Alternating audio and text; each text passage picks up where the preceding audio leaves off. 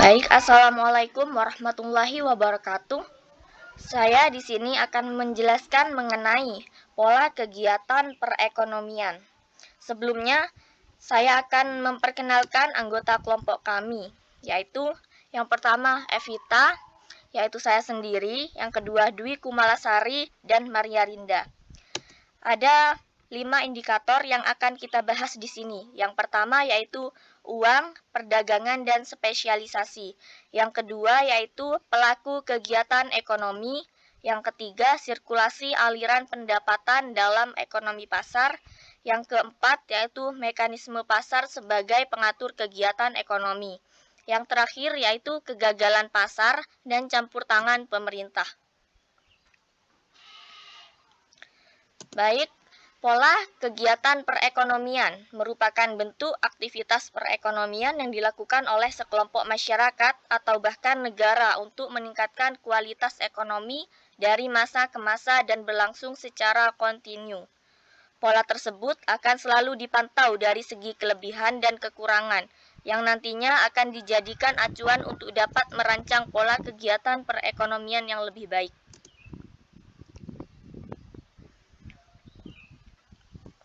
Yang pertama akan kita bahas yaitu uang, perdagangan, dan spesialisasi. Uang adalah suatu benda yang diterima secara umum oleh masyarakat untuk mengukur nilai, menukar, dan melakukan pembayaran atas pembelian barang dan jasa, serta pada waktu yang bersamaan bertindak sebagai alat penimbun kekayaan.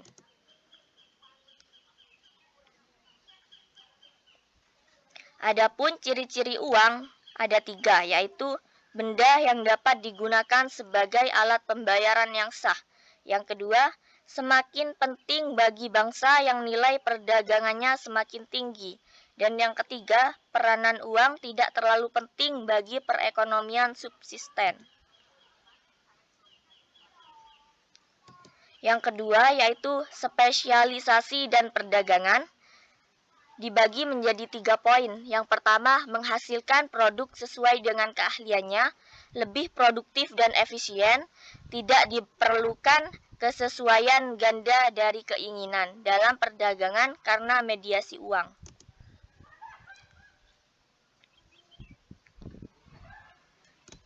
Berikut ini diagram yang menunjukkan suatu contoh sederhana tentang spesialisasi dan perdagangan di dalam suatu perekonomian uang.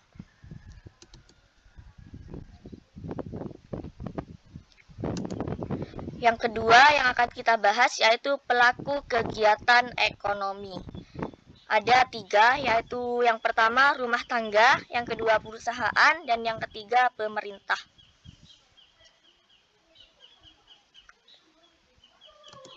Yang pertama, rumah tangga. Rumah tangga adalah pemilik berbagai faktor produksi yang tersedia dalam perekonomian. Sektor ini menyediakan tenaga kerja dan tenaga usahawan. Selain itu, sektor-sektor ini memiliki faktor-faktor produksi yang lain, yaitu barang-barang modal, kekayaan alam, dan harta tetap seperti tanah dan bangunan. Yang kedua, perusahaan. Perusahaan adalah organisasi yang dikembangkan oleh seorang atau sekumpulan orang dengan tujuan untuk menghasilkan berbagai jenis barang dan jasa yang dibutuhkan masyarakat. Seorang atau sekumpulan orang tersebut dikenal sebagai pengusaha. Mereka memproduksi barang tersebut bukan dengan maksud untuk memenuhi kebutuhan mereka. Tujuan mereka yang terutama adalah memperoleh keuntungan dari usaha mereka.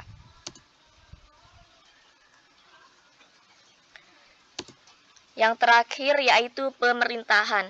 Pemerintahan adalah badan-badan pemerintah yang bertugas untuk mengatur kegiatan ekonomi. Badan-badan seperti itu termasuklah berbagai departemen pemerintah. Badan yang mengatur penanam modal, bank sentral, parlemen, pemerintah daerah, angkatan bersenjata, dan sebagainya.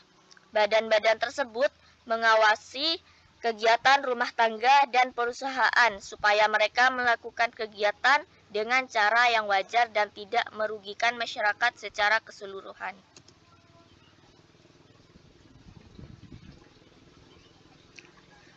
Baik, yang ketiga yang akan kita bahas yaitu sirkulasi aliran pendapatan dalam ekonomi pasar. Sirkulasi aliran pendapatan adalah suatu bagan atau grafik yang memberikan gambaran tentang aliran pendapatan, aliran pengeluaran, dan aliran keuangan lain yang terjadi di dalam perekonomian. Jenis-jenis aliran ada 4, yaitu gaji atau upah, sewa, bunga dan keuntungan, tenaga kerja, tanah, modal dan keahlian keusahawan. Yang ketiga yaitu barang dan jasa. Yang terakhir pengeluaran konsumsi. Baik, yang kedua sirkulasi aliran pendapatan dan ekonomi pasar. Pasar barang adalah tempat di mana para pembeli dan para penjual dari suatu barang atau jasa melakukan interaksi untuk menentukan jumlah dan harga barang atau jasa yang diperjualbelikan. Pasar faktor adalah tempat di mana para pengusaha, pembeli faktor-faktor produksi mengadakan interaksi dengan pemilik faktor-faktor produksi yang akan digunakan dalam menghasilkan barang-barang dan jasa-jasa yang diminta masyarakat.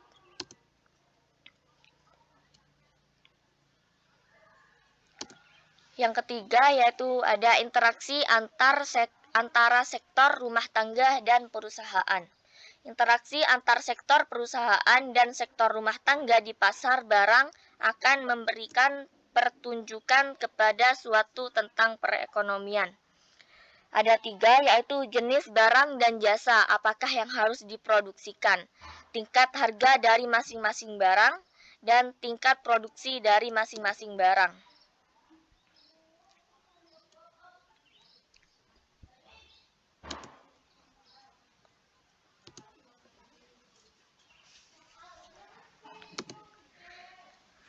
Baik, yang keempat yang akan kita bahas yaitu mekanisme pasar sebagai pengatur kegiatan ekonomi.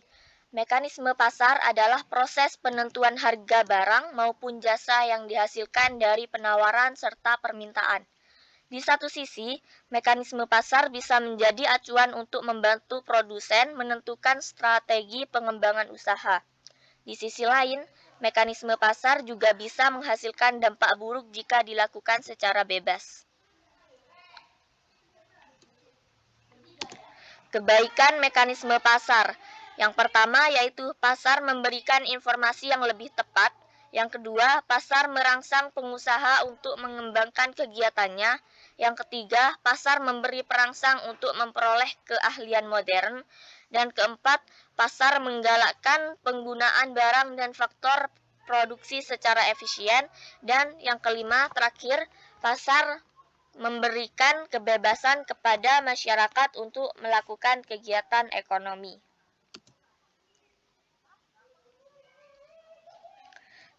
Keburukan mekanisme pasar. Yang pertama, menggilas golongan tertentu. Yang kedua, kegiatan ekonomi menjadi tidak stabil. Yang ketiga, menimbulkan monopoli yang merugikan. Yang keempat, tidak dapat menyediakan barang secara efisien. Dan yang kelima, menimbulkan eksternalitas yang merugikan. Baik, yang terakhir yang akan kita bahas yaitu kegagalan pasar dan campur tangan pemerintah. Yang dimaksud dengan kegagalan pasar adalah ketidakmampuan dari suatu perekonomian pasar untuk berfungsi secara efisien dan menimbulkan ketangguhan dan pertumbuhan ekonomi. Kegagalan ini mendorong pemerintah untuk menjalankan kegiatan ekonomi.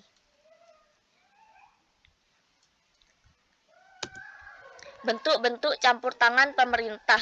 Yang pertama, membuat peraturan. Yang kedua, menjalankan kebijakan fiskal dan moneter. Dan yang ketiga, melakukan kegiatan ekonomi secara langsung. Adapun tujuan dari campur tangan pemerintah adalah untuk 1. Menjamin agar kesamaan hak untuk setiap individu tetap terwujud dan penindasan dapat dihindari. Yang kedua, menjaga agar perekonomian dapat tumbuh dan mengalami perkembangan yang teratur dan stabil.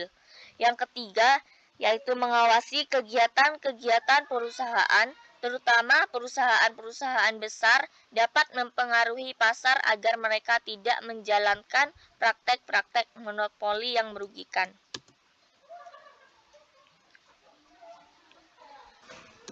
Tujuan dari campur tangan pemerintah adalah untuk ini yang keempat, lanjutan dari tadi.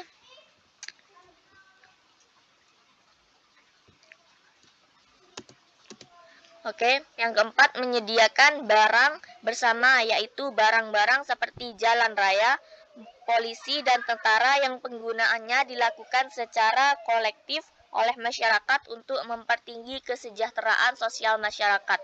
Yang kelima, yaitu mengawasi agar eksternalitas kegiatan ekonomi yang merugikan masyarakat dihindari atau dikurangi masalahnya. Baik, sekian, terima kasih penjelasan dari saya, itu saja. Untuk kurang lebihnya, mohon maaf. Wassalamualaikum warahmatullahi wabarakatuh.